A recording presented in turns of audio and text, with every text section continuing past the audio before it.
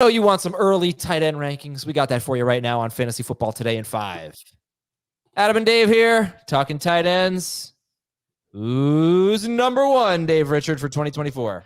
I know we're used to taking Kelsey number one overall. I think it's Sam Laporta. I think he earned it last year, 14.1 PPR points per game, 10 games with at least 11 PPR points, locked into a big role in the Lions offense.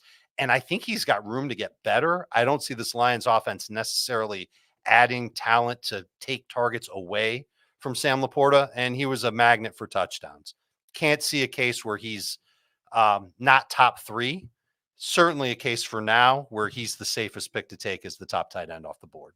I should have asked you this on the full length show. I mean, did he have the best rookie tight end season ever for fantasy? I believe so. I couldn't even think of another tight end that was as good. We can go back and look and double check it, but I'm pretty sure it was like a special year for a rookie tight end. And you didn't ask us where would we take him overall in a fantasy draft. We've done 2 drafts already. He's gone in early round 3 in both of them.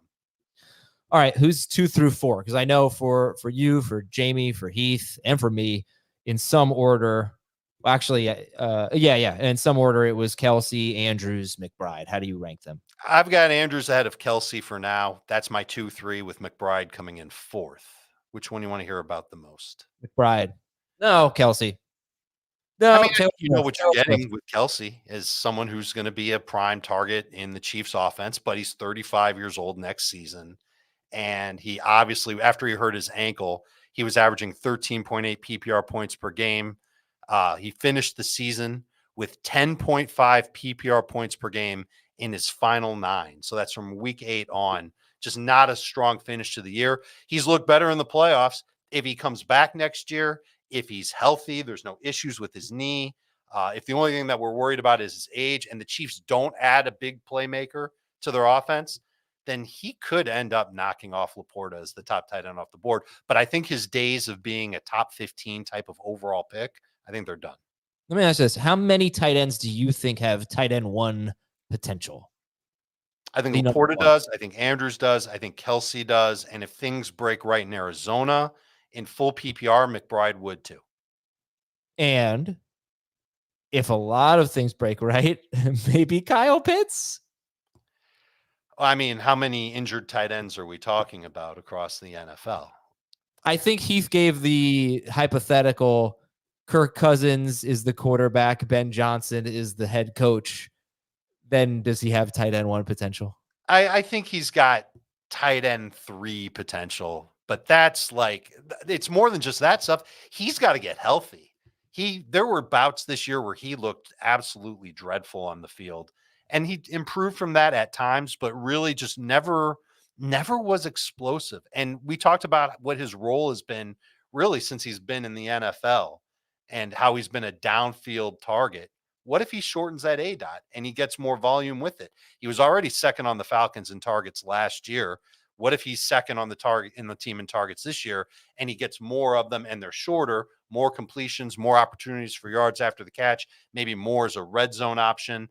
That would help build the case for Kyle Pitts to be a top 3, top 5 type of fantasy tight end. And the other factor is obviously the quarterback. He's had some terrible quarterbacks the last 2 years. His uncatchable target share has been over 20% each of the last 2 seasons. If that changes as well, then I think you have to at least open your mind up to the idea that Kyle Pitts can have his best year yet in his 4th NFL season, whether or not you want to risk that with a pick.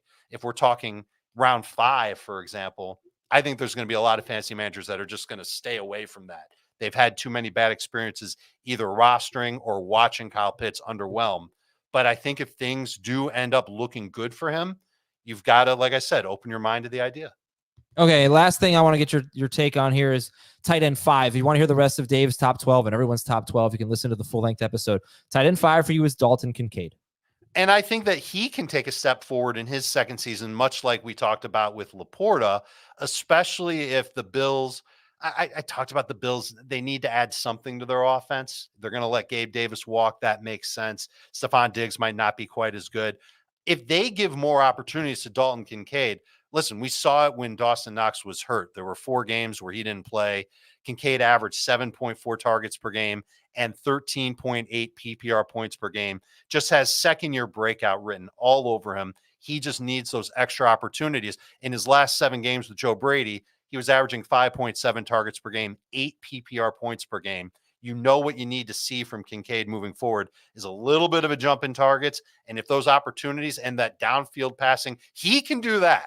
If he ends up doing a little bit more of that next year on top of being a good red zone weapon for Josh Allen, then you could see him tight end 3, tight end 2 by the time we get to the end of the season. That is Dave Richard. I'm Adam Azer, and we'll talk to you tomorrow on Fantasy Football Today in 5.